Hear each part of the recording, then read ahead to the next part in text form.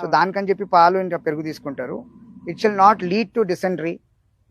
ఇప్పుడు బనానా తినడం అంటే డిసెంట్రీ కూడా స్టాప్ అయిపోతుంది. సో మెయిన్ థింగ్ లంగోట్ మనం వేసినప్పుడు we are we have to concentrate and like motions ఊరికే రావడం కానీ రైట్, ఆ మోషన్ ట్రబుల్ రావడము లేకపోతే యూరిన్ ట్రబుల్ రాకుండా ఉండడానికి milk and banana is the best diet I can say. But అది ఒక డైట్ గా ఫాలో చేయాలి కానీ దాని ఒక కంపల్సరీ రూల్ గా మాత్రం తీసుకోవాల్సిన అవసరం లేదు. పోతురాజు వేషం వేయడానికి మనకు స్ట్రెంత్ కావాలి, నిలబడడానికి అంత వెయిట్ మనం బాడీ మీద వేసుకొని నిలబడుతున్నాం అంటే we need lots of energy. So morning ఉపవాసం ఉండవలసిన అవసరం లేదు.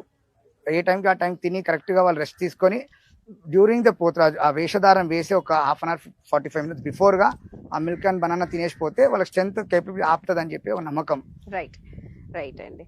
సో చాలా చాలా అద్భుతంగా చెప్తున్నారు, తెలుగు చక్కగా మాట్లాడుతున్నారు. కానీ మీరు తమిళనాడు తమిళియన్స్ అని విన్నాను. ఎస్ మేడం, యాక్చువల్లీ ఏంటంటే ఇప్పుడు చూడండి ఈ ప్లేస్ ఉంది, ఇక్కడ నుండి మీకు ఇక్కడ దగ్గర చుట్టుముట్టు ఒక దరిదాపు ఒక 20-30 ఊర్లు తమిళియన్స్ స్కాటర్ అయి ఉన్నారు.